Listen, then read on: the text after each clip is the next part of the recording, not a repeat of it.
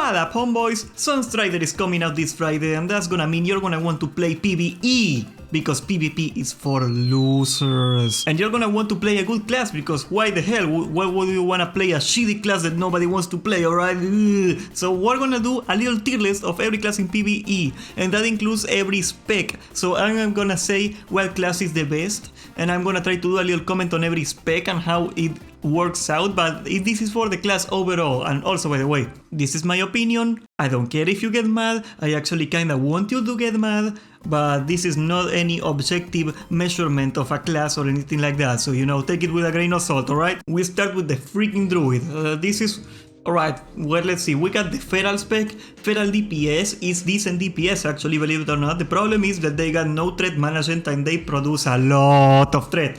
Like a gazillion threats, so their DPS is not very reliable, especially early on. They become decent as the tanks get better. That's the main limiter for a Feral DPS, believe it or not. The tank is a big problem for them. But let's see, the Bear Druid is the best boss tank in the game. The Resto Druid is also very strong, like any decent raid wants a Resto Druid. Like their heal on time spells are very important, because in TBC there's a lot more tank damage than before, and that means that having like that little reliable healing for the tank to prevent spikes of damage, that's very important, that's very good. Finally, we got the Chicken, the Bunkin, and you know what? It's a really good class early on. It falls off really hard later, but early on, if you get your what's called the Spellfire set, there's this set on tailoring that gives you arcane and fire damage. Of course, you don't use the fire damage, you do arcane damage, but there it's super broken, alright? You abuse the tailoring set for the Munkin. If you wanna bother getting that, you're gonna do a gazillion damage. Overall, I would say the Druid, solid A tier.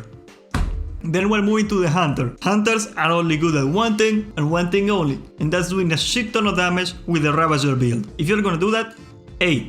If you're gonna do anything else, D. But A, because you know, Hunters, they are really good. They are not quite a Warlock, but they do really good damage. Alright, this is a tricky one, Mage. I'm gonna be serious with you. People hate me when I say this, but I think that the Frost Mage is really good in dungeons. I would rather have a Frost Mage than anything else in a dungeon, just because of the slowing down. I either have or play a Prot Paladin in dungeons, and having that Blizzard slowing down all the mobs at once and having all that crowd control and whatnot, I love Frost Mages. Frost Mages are awesome, and also it's like my favorite PvP class. But regardless, in PvE, if you wanna be big balls, early on you can go Fire. Later on you have to go Arcane, which is crazy because Arcane is a spec that does ridiculous hacking damage. We're talking chonkers, gazonkers damage. But the problem with mages is that they need a bunch of mana to work, because arcane mages don't have any mana sustain at all and they got insane mana costs. So they need innervates, they need shadow priests. So yeah, mages are extremely strong in PvE if they got the setup, the people that enable them to do it. Most of the time though, they don't have two shadow priests in one group to feed the mage, right? This is like realistic, so we gotta be fair to them. C. Alright boys, check this out. Who we got here? The Paladin, huh? Alright, the Paladin, let's see. We got Holy. Holy sucks. I'm sorry, they are just bad healers in PvE, in TBC. They are not that great, they got nothing that makes them special really. I mean, they got Legion Hands. Yay. But no, Holy Paladins are not that impressive at all. We got Retribution Paladins. Retribution Paladins are actually, if you wanna go hard and get all your gear and your blacksmithing and stuff, they are actually decent damage dealers. But you know, the strongest spec for a Paladin, guess what it is? Of course, Protection, West Coast. They are the best AoE tanks in the game, they are the best dungeon tanks in the game, they are the best gold farmers in the game, and for that alone, and for my personal bias, because I am a very biased person, S. That's the Paladin for you.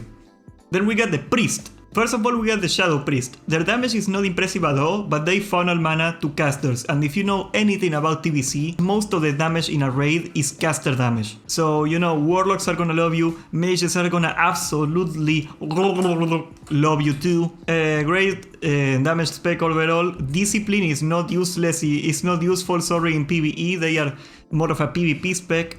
Holy is very solid, any decent raid is gonna have a Holy Priest healing the tank, because their heals are very powerful, and you know, overall A class, really strong class. Alright, we got a little bit of a doozy here. Guys. I'm gonna get so many people angry right now. In my personal, educated, experienced, very well researched opinion, rogues suck a big old cock. They are D. They suck. They got nothing. They bring nothing to the table. If you want to try hard, you don't even need a single rogue in your 25-man group. That's how bad rogues are. I mean, they got exposed armor, but again, I already said it. Most of the damage in your raid is not physical anymore in TBC, so armor debuffs are actually not that important anymore. And that's why they are a D class. If you are like really late game and you get your glaives, they are actually probably an S class in damage because they are insane with glaives. Most likely scenario, you are not gonna get your glaives. So they are D. Then we get shamans. Alright. Another big favorite of mine.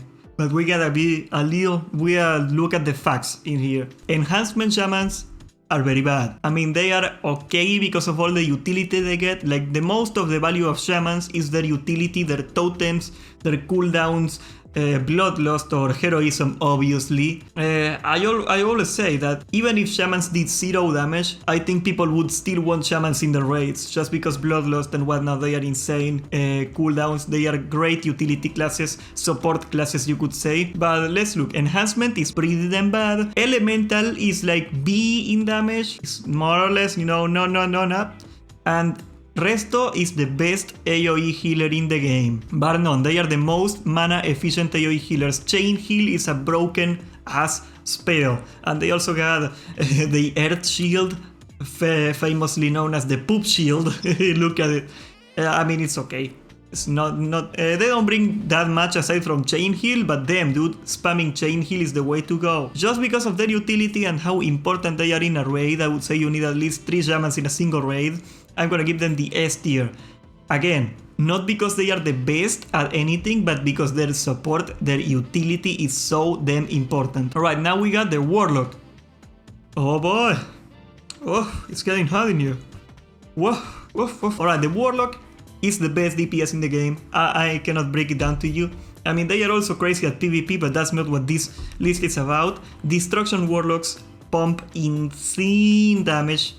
The craziest damage in the entire game. Most raids rely on Warlocks to do most of their DPS, and that's why I tell you that exposed armor is almost useless, because you need Warlocks, not Warriors or whatever. Also, they got, if I'm not mistaken, because Arcane Mages are kinda crazy up there, but they got the best AoE in the game too. This is the bread and butter of a TBC raid, and that is a Warlock.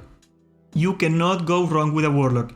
And you need a lot of them in a raid, so I don't even think you're gonna struggle finding a raid group for a Warlock. Solid choice. Alright, lastly we got the Warrior. I have said before, I do not like propped warriors, their utility is kinda bad. They are decent at dungeon groups and whatnot, and you know, they are a decent boss tank, but they are not the best at it. Protection warriors are solid, but they are not the best, certainly. Arms warriors have a lot of utility for the hunters and for the other melees, because they do a debuff that gives other people more damage, and that's cool. Fury Warriors actually, once you get up to like tier 5 and you get some gear, Fury Warriors start pumping. They are like about the 4th most strongest class in the game. I mean, Warriors in general are just the jack of all trades. They are not the best, but they are solid and they are useful. You probably only need 2 in a raid, but there we go. B class. They are an okay class to play. And that's about it, guys. Thank you so much for watching. If you disagree with my rankings, if you think I'm having a little bit of a